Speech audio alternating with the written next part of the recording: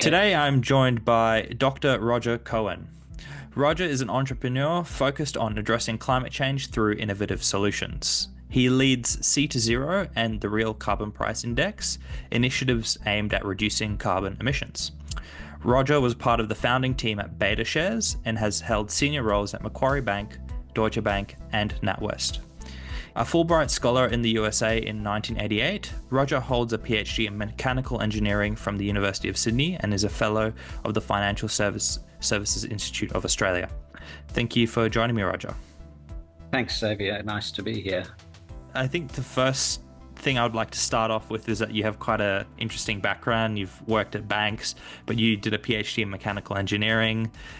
So you have a varied background, and I love people that have varied backgrounds. I think it makes for interesting combinations. So I'm curious to know, you know, how did you start?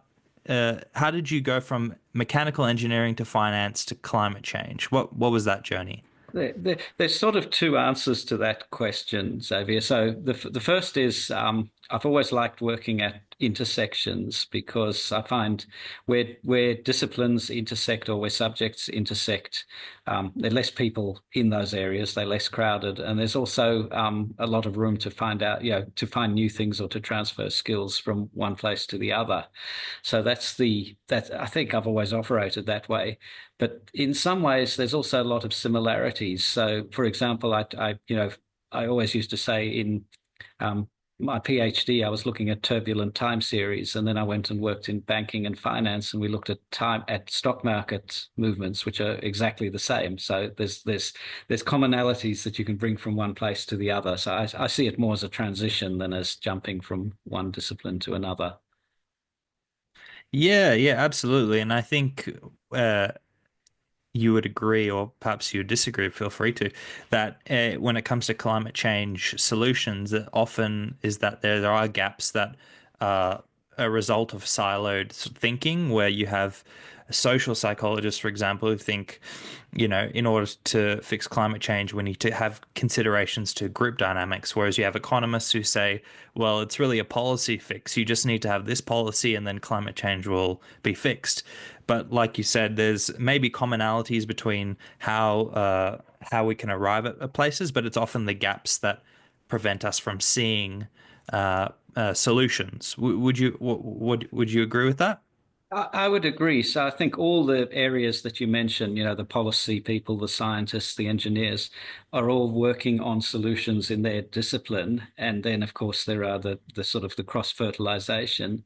And I think the thing we discount and the thing I like about working in climate change, not only because I'm passionate about it and think it's a real problem we need to solve, is I think the real solutions are still to come. I think innovation and ingenuity, and so as if we can set the landscape for that, someone is going to come up with solutions that are far better, far more powerful than Mm, anything we're doing at the moment.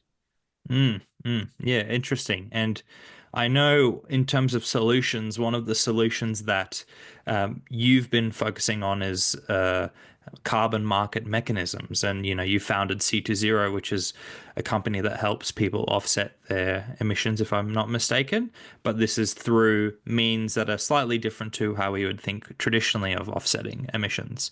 And to start off with, and to sort of center this conversation, we want to talk about carbon markets today, and they're notorious for good and for bad reasons, perhaps more for bad, as people in media would read, in terms of, the integrity of carbon offsets. But even before we even get there, I think it's good that we take a step back and actually get a lay of the land and actually establish what are carbon markets. So can you help us understand what a carbon market is to someone that may have never heard of a carbon market before?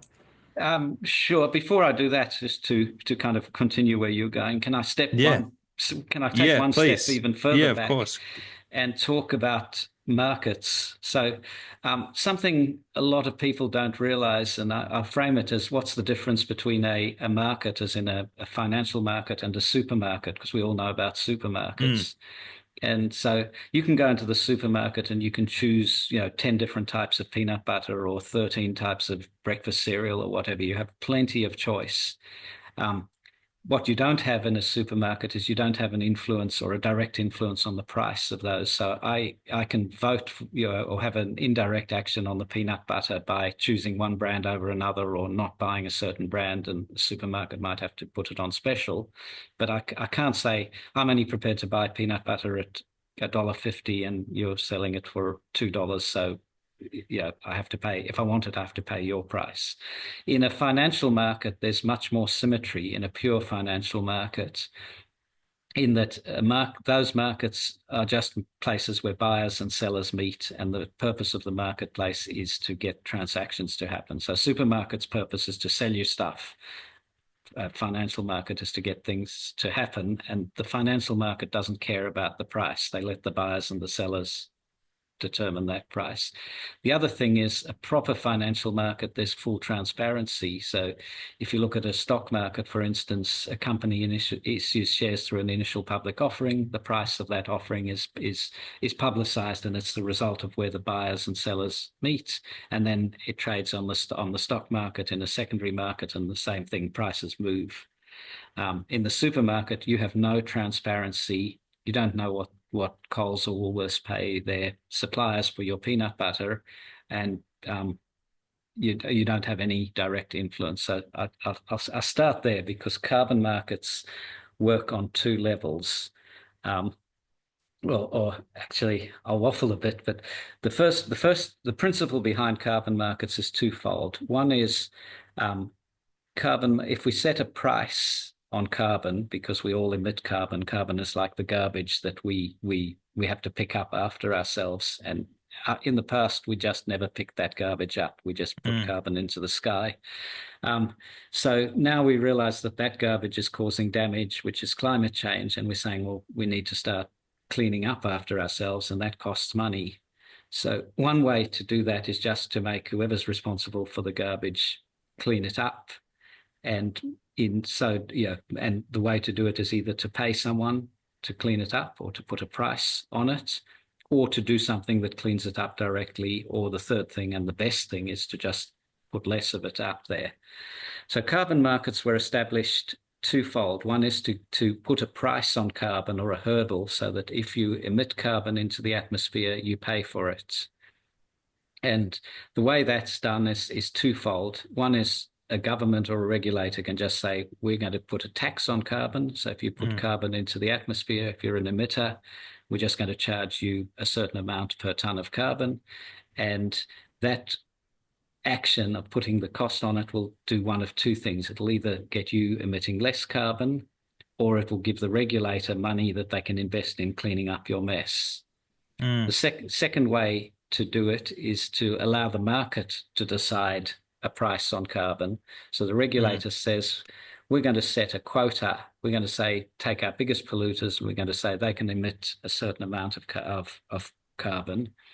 And what we'll do is we'll effectively sell that capacity. So we'll set up a permit system, and we'll let you go into the marketplace and buy those permits. And then and we'll create a market around that, so you can buy and sell the permits.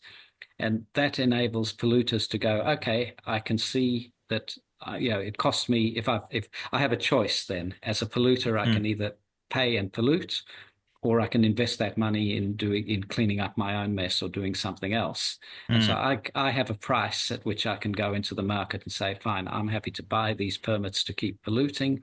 And if that price is too expensive, it will force me to do something else.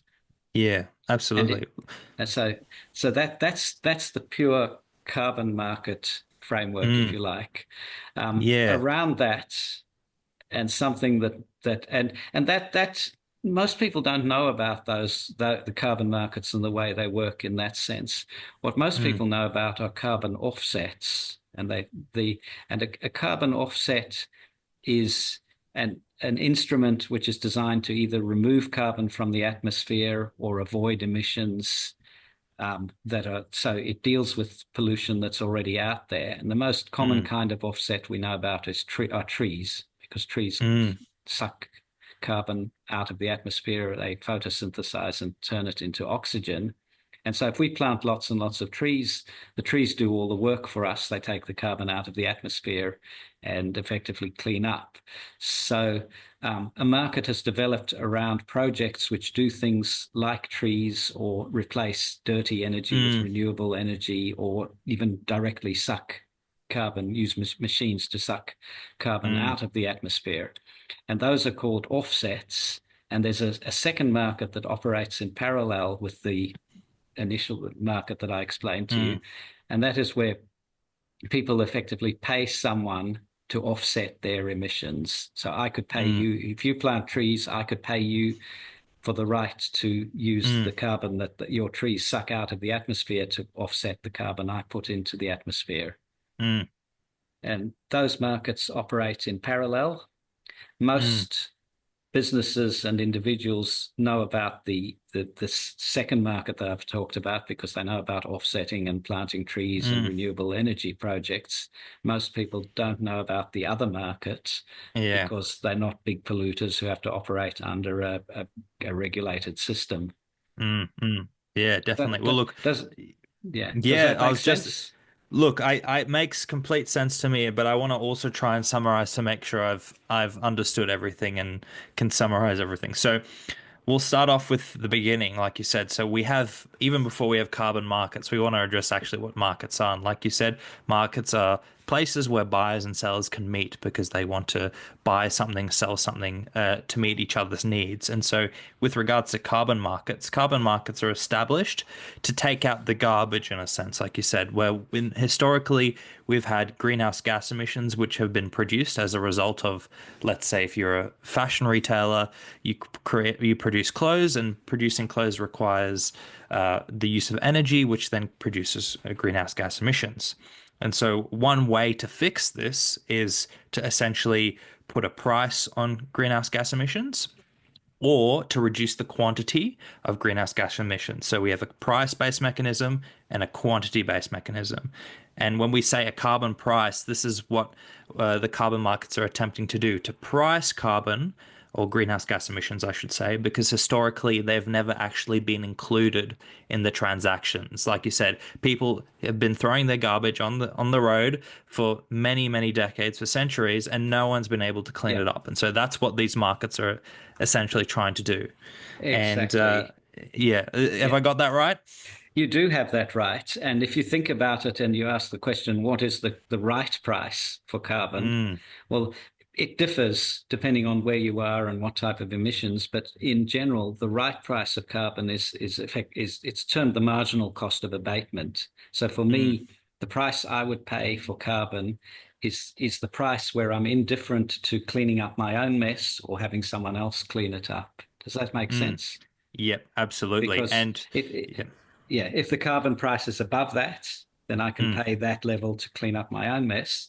And if the price is below that, it's cheaper for me to go and pay for for someone else to do the cleaning. And so if the market works properly, it will set the price at that level where it's the sort of the marginal, you become indifferent to. Yeah, definitely. And in that sense, the idea of these markets is that you want the price of releasing greenhouse gas emissions to be high enough that the producers of those emissions start to actually care that they're throwing out their garbage and they're not being collected. Because if it impacts their expenses, it reduces their income, which then reduces how much money they can make, essentially. Is that right? That's right. And something I quite like doing is you play things to logical extremes. So if you look at carbon, if the carbon price is too low, I'll just pay the money and keep doing what I'm doing. It's not going to impact my bottom line or my way of doing business.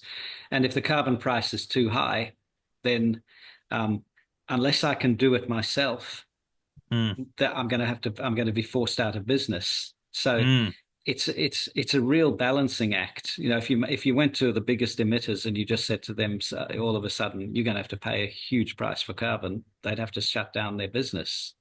Yeah, absolutely. And so in this sense, it becomes a balancing act, because you could be an extremely the most progressive or even authoritarian type of government that says we're going to have 1 ton of greenhouse gas emissions. The cost of that is going to be $1 million.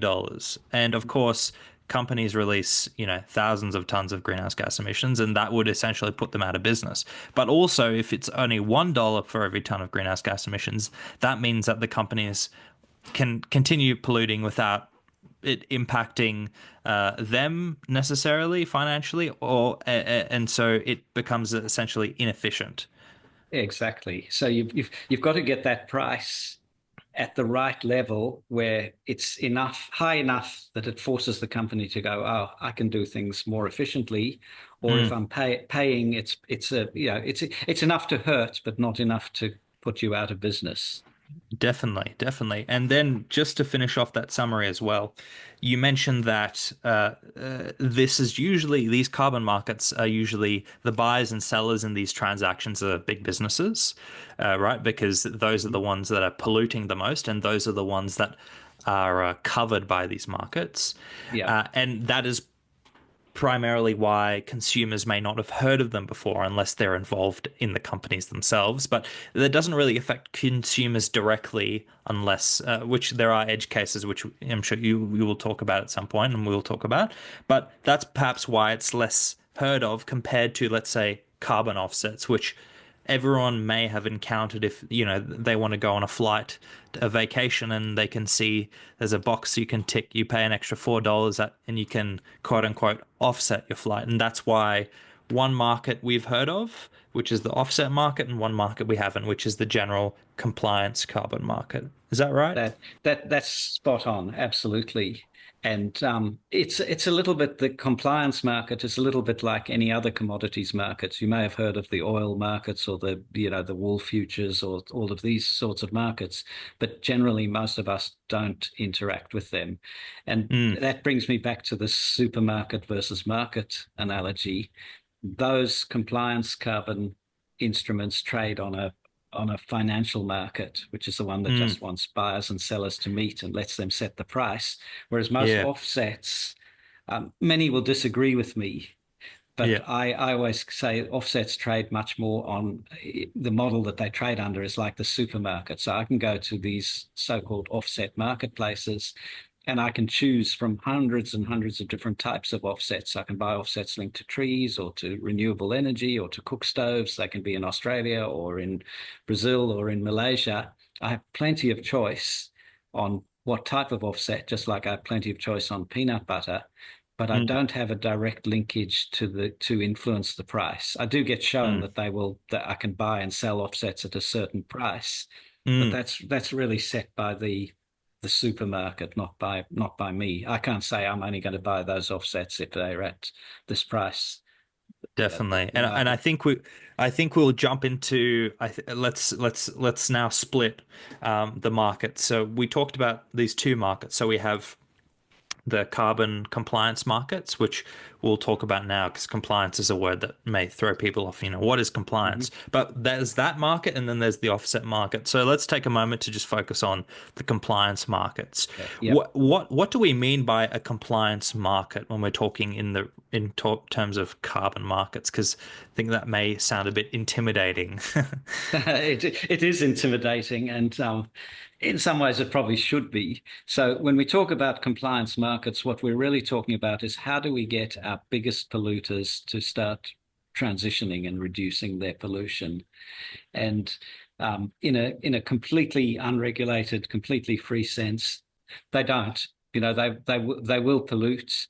And if you look at historical, if you look at history, what's tended to happen is that um, the polluters will move to where they can pollute and they can pollute without Mm, any sort of restraints. So often that means that the worst polluting activities move to third world countries and to remote regions where pollution can just be put into the atmosphere mm, without any checks and balances. And um, so the purpose of the compliance markets, if you just go big picture, is really a regulator or someone says we need to get these big polluters to clean up their act. And the way we'll mm, do it is because they operate either by creating something that our the people that we regulate need, or that they operate in our jurisdiction. We're going to force them to behave, and it's no different from regulating any sort of business practice. If I run a business and I put wastewater out, I can't. It's got to go. It's got to go into the right. I can't just put my wastewater into the storm drain, or if I if I have a food business, I've got to have certain standards of health and safety, and those may be so. With polluting businesses, just the same as any other business, you have a regulator that says this is the framework you have to operate in, and you don't have a choice. You just have to operate in that framework. So that's where compliance, the term compliance, comes in, and it's worth noting in those markets there are penalties for non-compliance. So if you pollute and you don't audit properly, and you don't pay for your emissions, there are penalties. You have to pay a penalty price, and you have to pay for the emissions, and there can be constraints on business, and you're named and shamed, which is often a big influencing factor. Yeah, absolutely. So if I was just to summarize that again, so like any market, they serve some sort of purpose. And so carbon markets on a whole, the purpose is to crack down on the garbage, right? And compliance is the first type of sub-market, you could say, where its aim is to regulate. It's to use laws where a government passes those laws to say we need to reduce our emissions. And usually it's to target those large institutions, those large corporations, and the obvious reason being that big companies emit far more than individuals within a given sort of jurisdiction. I mean, across all the jurisdictions, I would say. And so across the world, the statistic you're looking at, and I haven't got the numbers exact, but it's of the ballpark of 70% of emissions come from about 300 large companies. Yeah, absolutely. So, and it's easy to say, "Oh, just get those companies to stop emitting." The trouble is, if they stop emitting now, our lights will go out. So how do we get them to do it in a way that happens quickly enough not to destroy the planet? Yeah, absolutely. And so these laws that are passed to then reduce emissions, these are what we refer to as compliance carbon markets. And like you said, there are penalties. So the goal is that if you don't comply by the laws, you get a slap on the wrist, and maybe even more, corporate shaming, which is, quite prevalent nowadays with social media, where you get all sorts of, motivated people to let everyone know how bad other companies are. And also, so there's those two sorts of penalties. You have like the PR media type penalty, but also the financial penalty, which is imposed by a government. And so I think to just use an example, because all this is theoretical that we're talking about how it works, what its purpose, etc. But let's use an example. So I know in Australia, for example, we had a carbon tax. 10 years ago, about 10 years ago, it was repealed. So can you tell us, is this a compliance carbon market? We had a kind of a hybrid situation. So Australia's an interesting case, because we are, I don't know, 1%, 2%, or 3% of the world's population, but Australia, about somewhere just over 10% of global emissions originate in Australia, and that's because we sell oil and coal and gas to other countries. And so there was a stage where the government said, right, we need to start doing something about it, both, well, initially domestically. So any oil, coal, or gas that gets, any polluting that occurs domestically needs a price put on it. And they set up a carbon market. They set up a very quite a forward-looking market. So it was going to be a tradable market. There were talks about at some stage it would be able to become fungible with the EU, which is the biggest market in the world. It came into existence, and then it was opposed, a combination, ironically, of the Greens on one side and the Liberal Party on the other side blocked it. And the Greens blocked it because it wasn't perfect. And the the Liberal Party blocked it because they saw it was effectively a tax on our primary producers, and it does increase their cost of business. So between the two, they had enough sway to be able to make that fold. Australia has since created its safeguard mechanism, which we may talk about later, I guess. But we did at one stage have a compliance carbon market. Definitely. So, in short, a carbon tax is basically where within like a given jurisdiction, so in Australia, we passed a law that applied a carbon tax.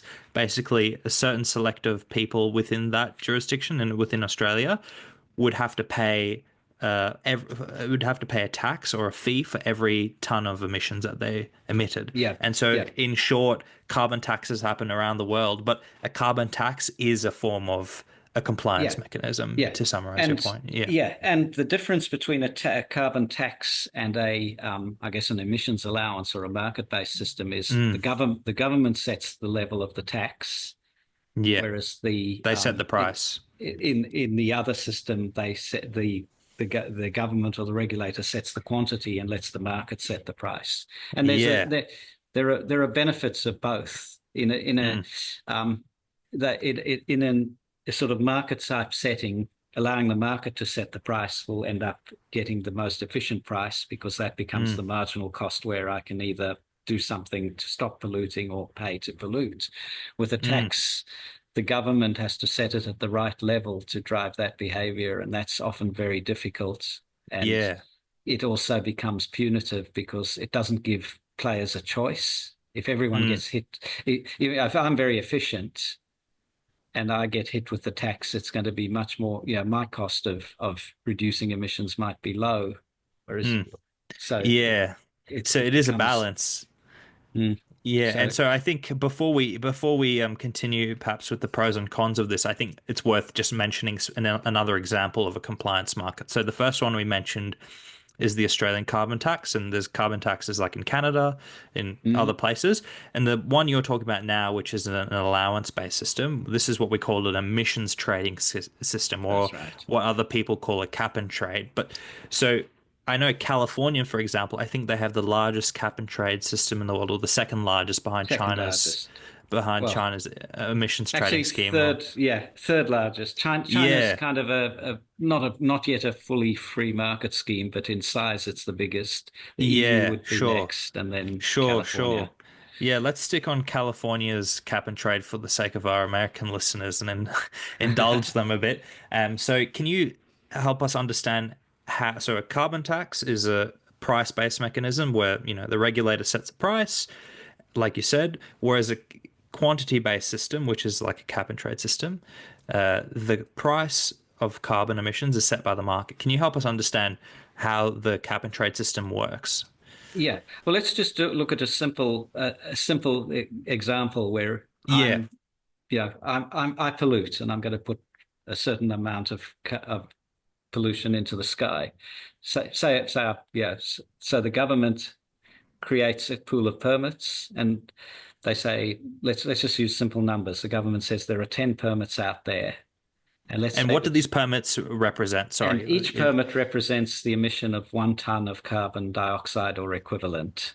So Yeah. let's start with a very simple system. The regulator says we're going to cap our pollution at 10 units, and let's assume that you and I both polluters, and let's assume Mm, that you have 6 units of you emit 6 units and I emit 6 units. So we have mm, a problem because there's altogether 12. If we keep doing what we're doing, there's 12 units of pollution out there. There's 10 permits. mm, Now imagine that you're very efficient. So mm, if you work out, so we both look at the system and we realize someone's got to reduce their emissions by 2 units. mm, And you look at your system and you go, it's going to cost me to reduce, it's going to cost me $50 a ton.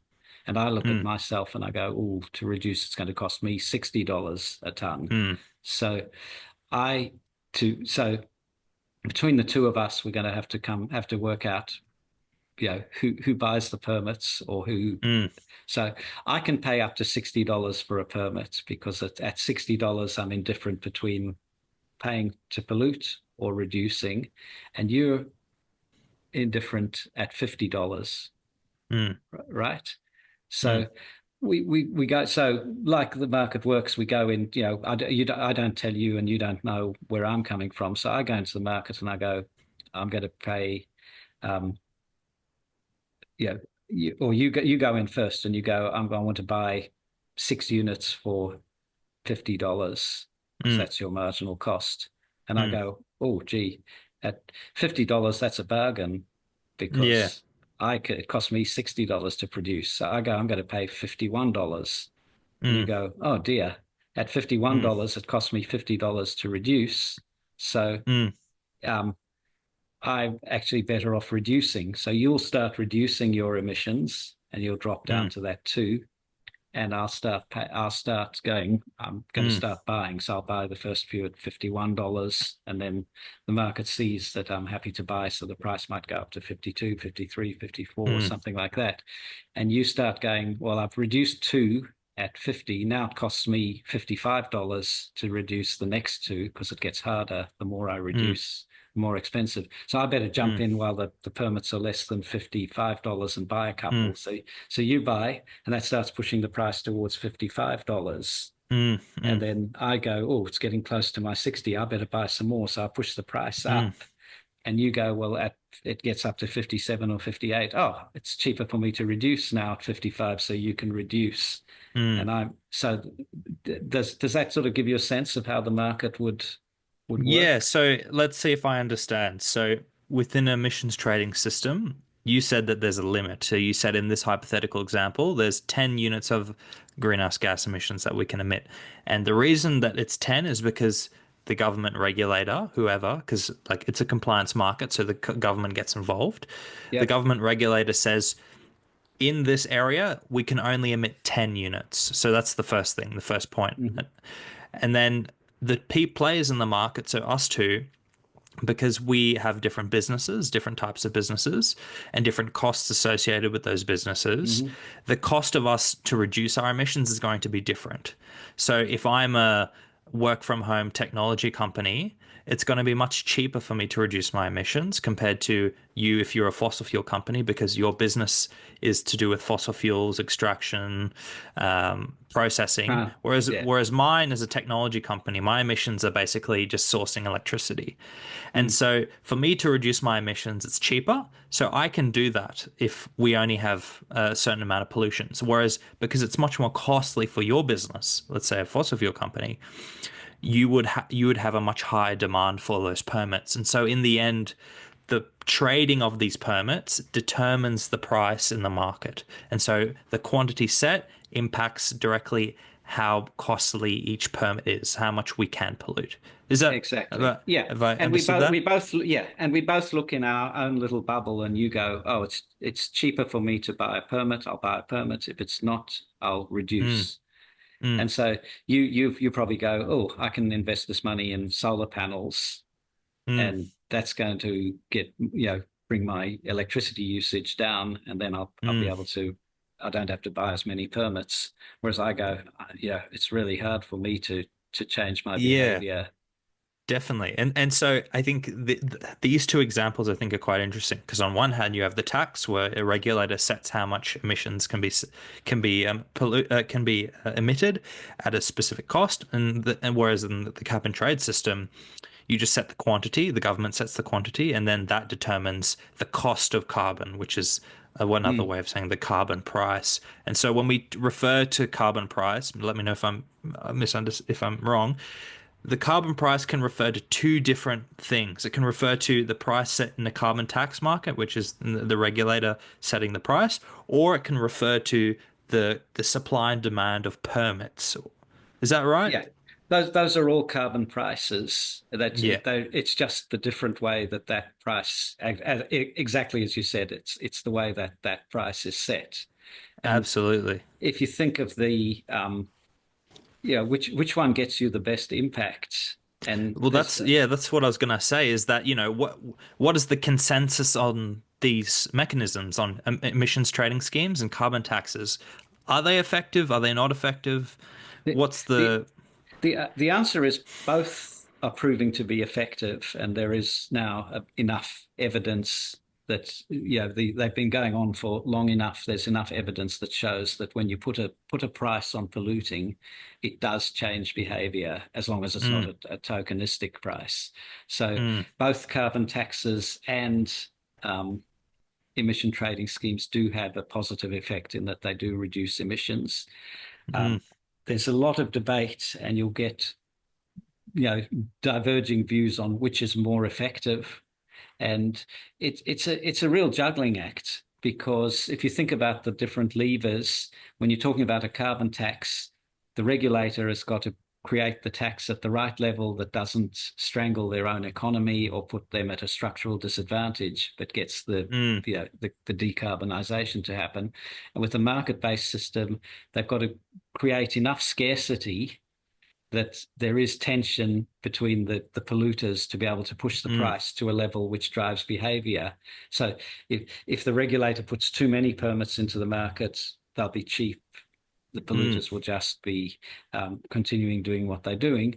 If the price is too high, it's going to it may force them out of business because they can't decarbonize at quickly enough to be able to avoid paying that. So both have balancing acts. The purists tend to say that a market-based system is the more efficient one, but caveat that with if the regulator sets the framework up correctly. So there's not a clear-cut answer as to which is better. Taxes are much simpler. Taxes are you set a number, you force people, you measure, you force them to pay. It's very simple. Yeah, and so to make sure I understand you, so in a carbon tax system, like in Australia's case or in Canada's case, the government just sets a price. If you want to emit, you're going to have to pay $10 or something, $10 for every ton, and that's a very easy implementation because you can just measure how much emissions are being emitted in an area, and then you say, or that times the dollar tax, and it's very easy to figure out. Whereas in a market-based system like the cap and trade schemes where people are trading permits, you have to first determine, well, who's going to be a part of the system, because not every company may be actually involved in that, but also, what is going to be the quantity of permits we allow? And then even then, is that actually going to be efficient? Is that actually going to meaningfully reduce emissions? And so you get, so these two systems, they have their pros and cons, but ultimately their implementation will be different. Correct. Just to be clear on one thing, Australia doesn't have a carbon tax at the moment as well. Yes. Yeah, no, definitely. Not to worry about that. Back to your other question. You're absolutely correct with it. But the market-based system has another degree of complexity. So with a carbon tax, if you're a business, your biggest risk is what's the tax going to be next year or the year after or the year after. And that comes down to how clear is the government in setting policy and telegraphing what their intentions are. In a market-based system, you don't know what the future price of the system of carbon is going to be. If the regulator is very clear and they tell you how many permits they're going to issue each year, and it's a decreasing number, you can model that. But because it's a market-based system, you also have choice. So if I'm a polluter, I can choose, do I buy permits now when I need them? Do I buy now for future years? Or do I even speculate? So you have people in that system who just want to make a buck. So they go into the system realizing that there's forced demand, there's decreased supply, the prices are volatile. And so they come, just as you get in any other commodity market, you get all the speculators, and some are in it for short term. So they try to make money on just very small short term price moves. Some are asset managers who hold permits strategically because they say, well, over time there's only one direction that price is going to go, so we'll hold it as a medium or long-term asset. And if you're a polluter, you've got to balance what's the price now, what is the future price, and there is a derivatives market to give you some signals about that. But if you could predict the future, you'd be sitting on your boat somewhere, not. Yeah, well, when I hear derivatives, my mind switches off. So, So let's let's move on. stop over there. Yeah. Yeah, no, So definitely. it gets much more complex than just what's the carbon price now? You have as a participant in that market, just the thing to realize is you have choice. Do you Mm, pay as you need to? Do you stockpile? And do you realize that there are also other people in this market who mm, are playing? So games theory, all sorts of things come into yeah. play. Yeah, definitely. Now, look, I think we've covered quite a lot in compliance markets, but one final thing that I mentioned, and I'm just conscious of this. So, one of the questions I asked is that are they effective, and I think effective can mean different things. And so I'm conscious of loading the word effective in a particular way.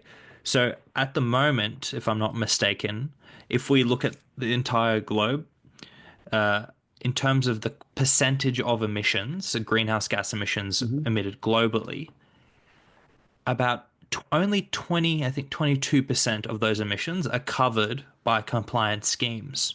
Hmm. And so when we say effective, I think what you and I are talking about is if you have this system in a given jurisdiction, do emissions go down? I think that's what we're talking about. Yeah. And the So empirical evidence is that it does. However, what is your sense on effective in terms of speed? How fast are emissions reducing, and do you think they're fast enough? Um, if you look to Europe and to California, which are probably the biggest, and Mm, most effective market-based schemes, the numbers are all coming in and saying, yes, it is effective. Yes, it is reducing emissions.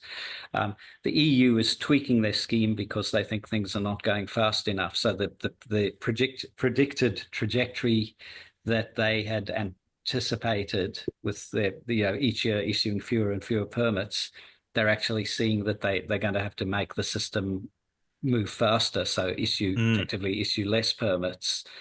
But the measurements are coming back and they are saying yes, it is. These schemes are effective. Um, the evidence also, if you look at the fact that new jurisdictions and new countries are joining in these schemes. So the biggest was I think it was February 2022, China, which never had a scheme suddenly. They had a few localized schemes, so they had like mm, around Shenzhen and around a few industrial areas.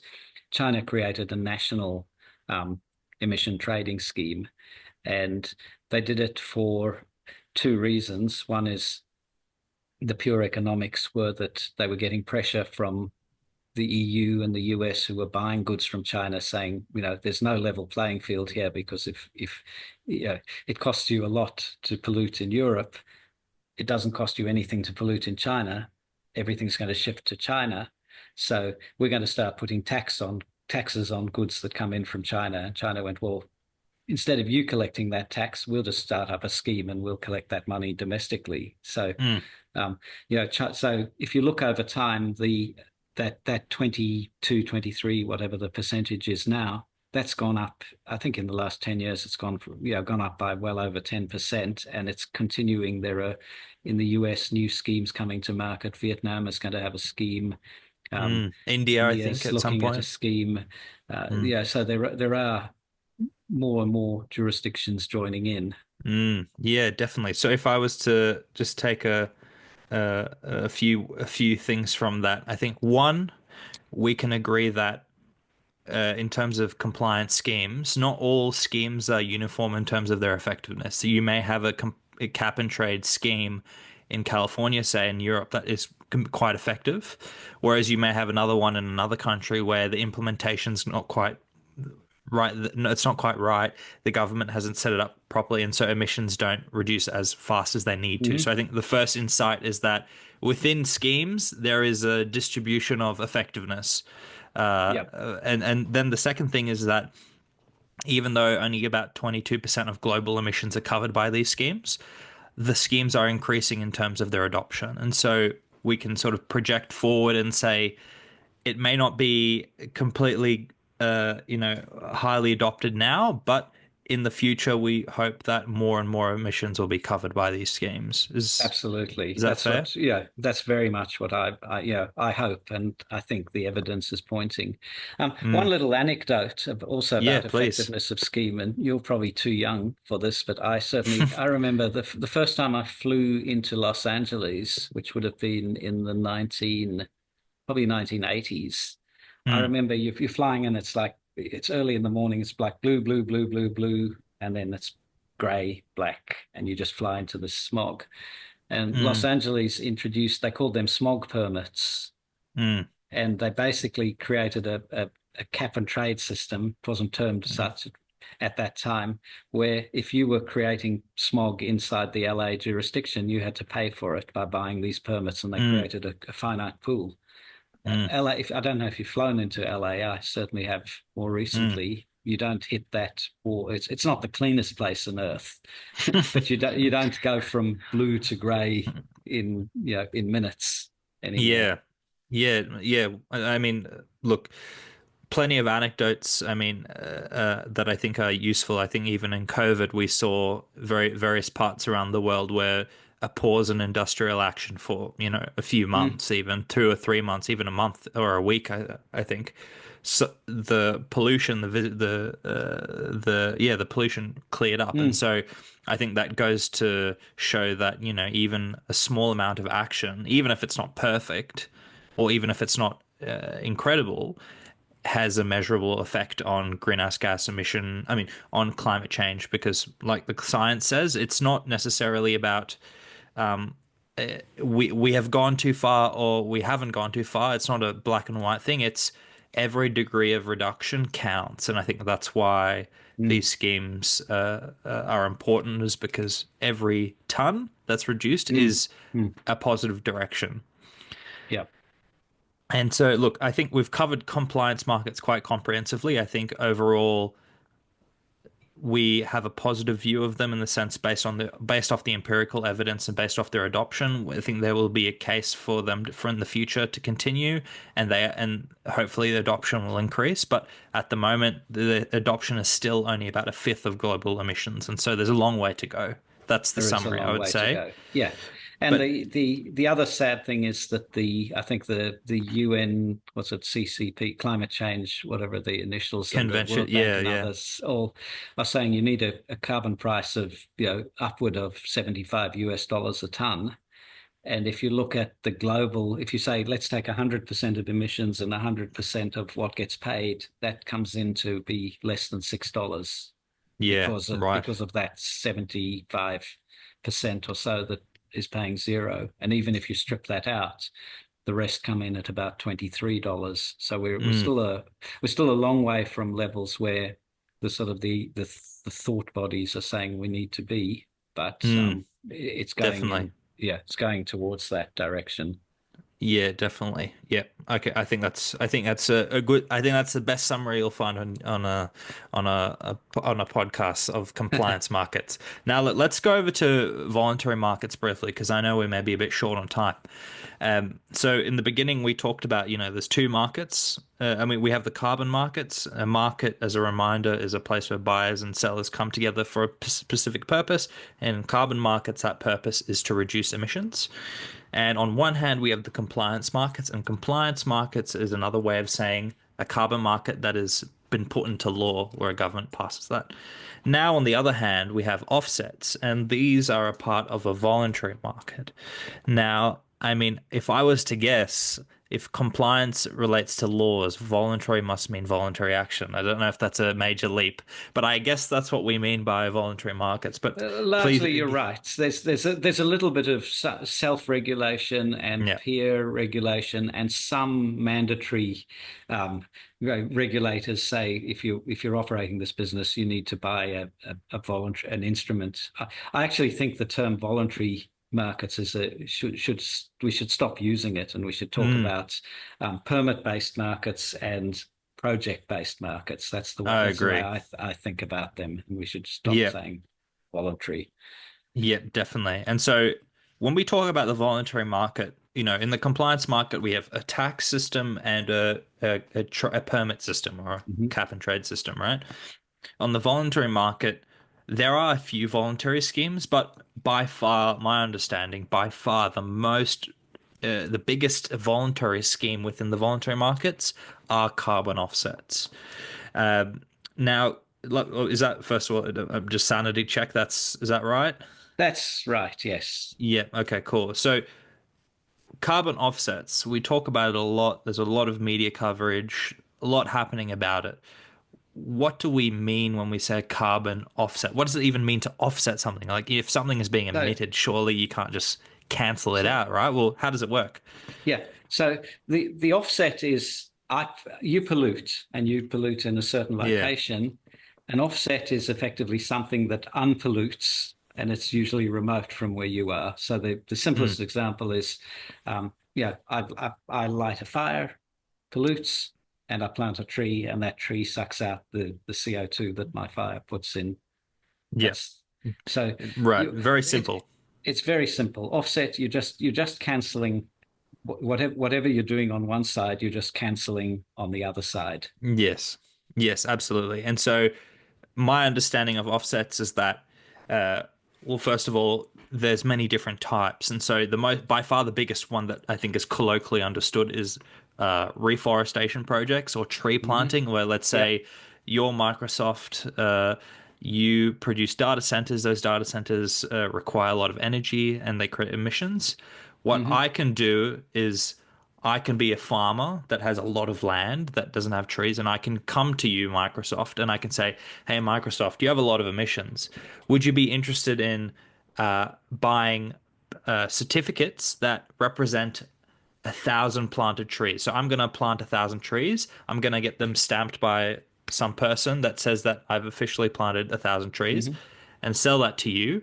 And that tree planting is going to have sequestered or stored X amount of carbon, which then you can use to say, hey, even though I've produced 100 units of emissions, I've bought a permit, a certificate from someone that reduces 50 units. So in the end, that means you only have 50 units of pollution, something like that. That's You're my understanding. Is that conceptually, you're absolutely spot on. great? And so tree planting is one of them. What are some other offsets? What else So exists? it gets very fragmented. So trees and tree planting are probably the most common kind of Yep. offsets. Then there are offsets such as putting up renewable energy projects. So I go and I build a big solar farm in the middle of the desert somewhere. So Hmm. it's not on my roof because that Yeah. offsets my own emissions at my house. But I set up a huge solar farm and I start saying, now you can replace your your polluting energy with Mm. renewables. You can create offsets by direct carbon capture. So I think of that as synthetic trees. Trees suck carbon dioxide out of the atmosphere through Mm. photosynthesis. If I set up a machine that has a chemical process that can take pull air through it and get the and capture the carbon dioxide, Mm. that's and that's becoming an area with a lot of research and a lot of work because if we can make those machines efficient and scalable and can locate them, you know, anywhere, Mm. then potentially we can solve the problem. It's very controversial because it requires energy and Mm. it's not yet scalable, but a lot of effort's being focused on that. Then there are Mm. things like cook stoves, so replacing, coal burning stoves in third world countries with efficient, and it gets very grey and very convoluted sometimes with offsets, even with trees. Mm. In principle, it's simple. I pollute, I plant a tree, and I'm balanced. In reality, if I plant a tree, it's going to take 5 to 10 years before that tree is operating at capacity. Mm. What happens if that tree is in a forest that burns down, or what happens if Mm. that tree was already there before before I bought the offset? So, Yeah. and does the offset represent the amount of carbon it's the tree's sequestering on a year by year basis, or Mm. as financial people like to do, they bring everything forward. So I'll sell you what the tree's going to do over the next 50 years. So Yeah. even though you pollute today, it's only going to be fixed over 50 years by those Mm. trees. So it Mm. gets it gets very, very murky and very complex when you Definitely. actually try to link directly the sort of the pollution to the Mm, unpollution.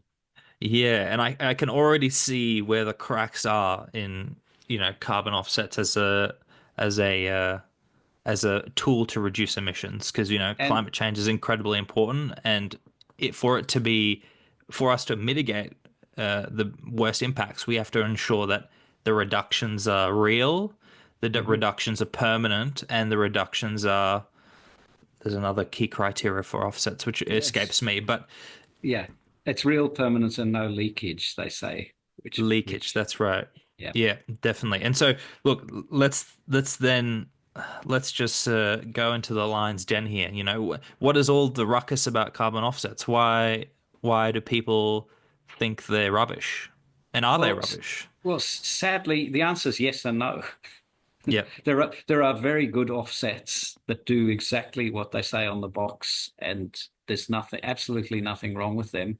Sadly, though, because of this sort of break in the direct linkage between the polluting and the offset, and also because it's a sort of self-regulated voluntary system, many people have just been opportunistic. So Mm, in the worst case, people have sold offsets that don't even exist. mm, I give you a certificate that says here's an offset linked to trees in some forest, and it's just a certificate. There's nothing behind it. mm, That's the worst case, and then it sort of proceeds by degrees. So the next worst is they call it avoided deforestation. I give you a certificate linked to trees that have been there for hundreds and hundreds of years, and mm, I'm not going to chop them down. So you're not doing anything positive or additive, as the technical term they use. mm, So you're not actually increasing the amount of carbon that's being sequestered. You're just not going to decrease it. And mm, so the sad thing is this has opened up the sort of the avenue or the market for people whose intentions are not good, who want to make a fast buck or who want to cut corners or who want to do things. Um, mm, and the sad thing is, if I'm a business and I buy an offset, I may not be equipped, or I don't want to do, or I want to just trust that the offset does what it says. mm, And so because of that, there has been a lot, huge amounts of sort of, just complete mm, criminal behavior around the offset. And the trouble is what it's done is it's tainted the good offsets. And it's also many businesses and many individuals have bought offsets in good faith. And then it turns mm, out that what they've done has had no effect. yeah, definitely. And I think it's worth clarifying as well the lack of integrity that is present in voluntary markets when we say when we so if we use the term effective in the compliance markets means one thing and effective in voluntary markets means another, and to be very clear, the evidence so far, the peer-reviewed evidence, is that it can be anywhere between a fifth of the voluntary offsets are completely not doing anything, all the way up to like a third. So, for example, Barbara Heyer, who's an academic from Berkeley, recently did a study where about a fifth of the sample, they selected a sample of offsets, about a fifth of all offsets in that sample were basically did absolutely nothing. Hmm. And then alternatively, there was I think the self-regulated regulator, or I don't know what you call it, the voluntary regulator. I think it's the very nicely named the Integrity Council on Voluntary Carbon Market, something, something like Yeah, that. yeah. They came out and said that basically, I think 33% of all offsets are not doing anything, and those are renewable energy offsets because essentially those renewable energy projects, which represent the offsets, would be implemented anyway because they cost less than actually using coal or oil or gas for Mm. the purposes of those companies that are using those energy sources. So the scale of the error between voluntary and compliance markets is very different. Compliance, the potential problem is that they're not fast enough and the price of carbon isn't high enough. Whereas in the voluntary market, it really is the case that they are like you said, at the very worst, fraudulent, and at the very best, perhaps not even very low performing. Would you Mm. say that's a fair summary? Would you take any issue with I that? Would would you add disagree? the only thing I would add to that is things like direct carbon capture, which are high performance, are very, very expensive, more expensive, Yeah. in fact, than compliance carbon at the Mm, moment. So, definitely. um, the rule of thumb I always think about is, look at price, and in the voluntary market, it's not always there's a lot of obfuscation and a lot of it's quite opaque. Mm, But if you can buy an offset for $1 a ton, that offset is probably, my guess is mm, it's not doing anything, because mm. at $1 a ton, Australia could become a carbon neutral country for a couple of $1 billion, far less than they're investing in Yeah. other things. So it's Yeah. it's And if I'm not mistaken, I think there was a recent ruling by one of these voluntary bodies. I think it's a task force on uh, climate change disclosure. No, there was some body. I forget the name of them, but they have an impact. They impact. They have a certain sway in the market, and I think they said that domestic partners can now, like domestic countries, can now purchase offsets as well for their own emissions. Maybe that's. I don't know if mm. that's accurate or not. I remember reading something. Yeah, no, Um, there are some frameworks which say you can purchase offsets for your emissions or for a proportion of your mm, emissions, and they do usually stipulate they need to be accredited and things like that. But even some of the accredited emissions, the trouble is there've been scandals and misdeeds, across the sector so broadly. It mm, just it just doesn't inspire trust, and it completely devalues the ones that are actually doing the right mm. thing. And I think it's worth mentioning as well, unlike compliance markets, which they are they have to be implemented by a specific country. So for a carbon tax to happen or an emissions trading scheme, America or California, in California's case, needs to pass a law. In Australia, for a federal tax, the federal government has to pass a law. So it's confined to specific jurisdictions. Mm. Whereas with some of the carbon offset markets, or let's just say the most generic one that we speak of, this is like an international marketplace. So, for example, I could buy an offset that's based in Kenya for Mm. a company that I have based in the United States. So it's like a very fragmented market with players around Mm. the world. And for that reason, it becomes much more precarious to actually track the integrity or track the transparency of those markets because it's That's so yeah. widely spread. Yeah. The good and bad of it is, as you say, you get the opportunistic, the carbon cowboys, as they call them, who just see, dollar signs if they go into some country and create carbon credits. Mm, And the on the flip side, it also enables, rich countries to invest in poorer countries and create, economic benefits in jurisdictions that are remote. definitely.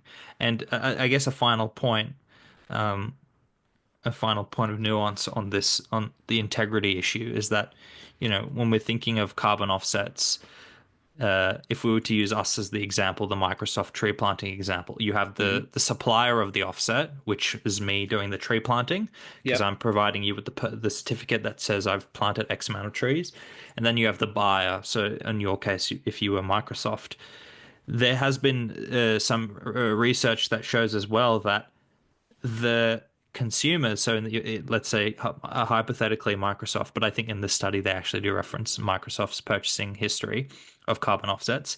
They show that these large corporations that are purchasing offsets will specifically buy offsets that are considered low integrity because they're older offsets or because they Mm. purchase specific project types that are maybe a bit precarious. They know in terms of methodologically, in terms of are they Hmm. actually reducing emissions.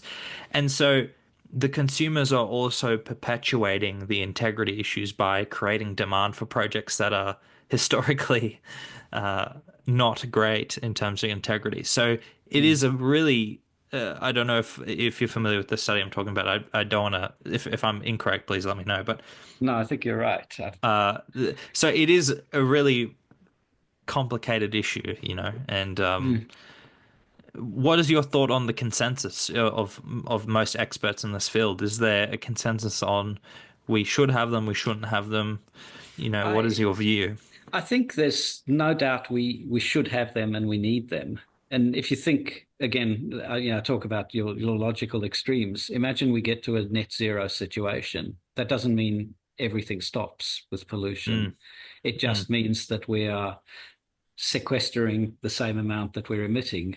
So mm, once we get to that stage, we're going to have an economy with high quality offsets that polluters can use to offset what they do. mm, That's the end game. It's not mm, a zero pollution world. mm, So I think we're in because everything's early and kind of it's like the carpet's rolling out as we're walking along. We don't know where it's going to go. So all this sort mm, of my hope is all the misdeeds and all the bad things that are going on mm, are going to kind of iterate out of the system as they get exposed and as they get seen, and the sort of the move towards quality and putting in place the right frameworks for that to happen, is mm, where we'll go. So, mm, but my personal view is at the moment we rely too heavily on offsets because they're cheap and they facilitate business as mm, usual without having to do anything else. mm, I desperately hope and do think that that's going to change at some stage. And I think companies mm, and individuals who just do that, that's where we need to change the system and discourage that behavior by either disclosing it and name and shame or regulate or mm, whatever. Um, I think offsets should be used to clean up the mess we've made already, mm, not to be getting rid of the we need to stop the stuff that's going up, or mm, encourage behavior towards stopping or reducing as much as possible and using mm, offsets to clean up what the mm. mess we've made. Yeah, and if my understanding is, I think this may have changed recently, but that the purpose in terms of when offsets are to be used from a company's perspective, let's say Microsoft, is that they're meant to be used as a last resort, or perhaps the last Mm. after exhausting all avenues of reducing emissions. Only Hmm. at that point would someone then purchase offsets. Yeah. Whereas at the moment, there's a lot of misuse or use at the very first stages, which is sort of which goes against the intention of how Mm. they ought to be used to achieve the most Yeah. effective emission reductions. Mm. I think I agree with that. I think when offsets were first adopted and they became a kind of an instrument, the Mm, hope was that they would be used, judiciously, and because they were cheap and because they were easily available and there was little oversight as to the integrity of them, they just became an easy way to keep doing what you were doing. mm. Yeah, definitely. Absolutely. Look, So, I think, I yeah. think every business that whether they use offsets or not should have a strategy. Should at least have a strategy where they say this is what we're doing to decarbonize, or to show that they are something that's impossible to Mm, decarbonize. If you think about airlines, for instance, mm, they talk about sustainable aviation fuel or something like that. But if you look at the engine of an airplane, whether it's using sustainable or not sustainable, it's still polluting. yeah. So airlines are a good case to say, we'll create sustainable aviation fuel, which effectively means that the fuel is, the production of the fuel and the burning of the fuel is going to be offset in some way. Mm, mm, Um, but if you're an energy producer, then you can start to reduce the amount of fossil fuels you burn and increase, use the fossil. We'll always probably need some fossil fuel capacity to manage grid loads and the quick on-offs that are needed, but mm, you can reduce the actual usage immensely. mm. Yeah, yeah, definitely. Well, look, I think that was a pretty comprehensive view, a cover of carbon markets. We covered compliance and voluntary, the purposes, what they do and whatnot. I'm curious as a final question, what is your prognosis of on carbon markets for the future? You know, what is your view in terms of what role they'll play and what your hope is? Yeah, look, with totally aligned with self-interest, I suppose. I do think carbon markets will be, they're not the only mechanism, but they will become a very effective, both the Mm, voluntary, or hopefully it'll turn into a different terminology, both mm, the offset markets and the emissions market will become very effective levers to mm, um, to decarbonize and to encourage behavior that is sustainable. I think mm, we've got a long way to go in both markets. I think the mm, compliance markets, the scope of adoption needs to increase, and in the voluntary markets, the usage of and the integrity of offsets, mm, frameworks need to change. I think we need to move them from a supermarket type framework to a proper market type framework. Because I mm, think transparency and seeing where the money goes often fixes a lot of problems, because mm, then people who are gouging or making outsized returns for the risk that they're taking, if that becomes visible, that will disappear very quickly. So mm, my hope and I think I'm right on this, is over time we're going to see the emergence of a proper offset market with integrity. mm, And I think we're going to see compliance markets becoming more widely adopted. And mm, if you go even further, I think at some stage you'll see some sort of convergence, because as we get towards net zero, the need for um, a compliance market in its pure permit form is going to disappear. mm, definitely. Well, look, I think that's a great way to close off the podcast. Thank you, Roger, for joining me. If Thanks for anyone having wants me. to, yeah, absolutely. And I think perhaps in the future we'll have another conversation in more detail about maybe specific mechanisms, Look riveting forward to stuff. it. But if anyone wants to get in contact with you, or if there's anything you'd like to promote, please feel free to. Yeah, sure. I mean, if you do want to get in contact with me, I guess I'm on LinkedIn. That's probably the Hmm. easiest way. I don't know if you can splash up my Yeah, yeah. I'll put it in the description, your LinkedIn. Yep. but that's probably the best, the easiest way to engage. And I'm Mm. very very happy to have feedback, whether you're telling me I'm right or wrong or something. Different. We need divergence of views. Yep. Yep. No, absolutely agree. And yeah, well, again, thank you, Roger, for coming on. Please stay with me in the virtual green room. By that, I mean just here. Thank you. I'm not going anywhere right now. Thanks.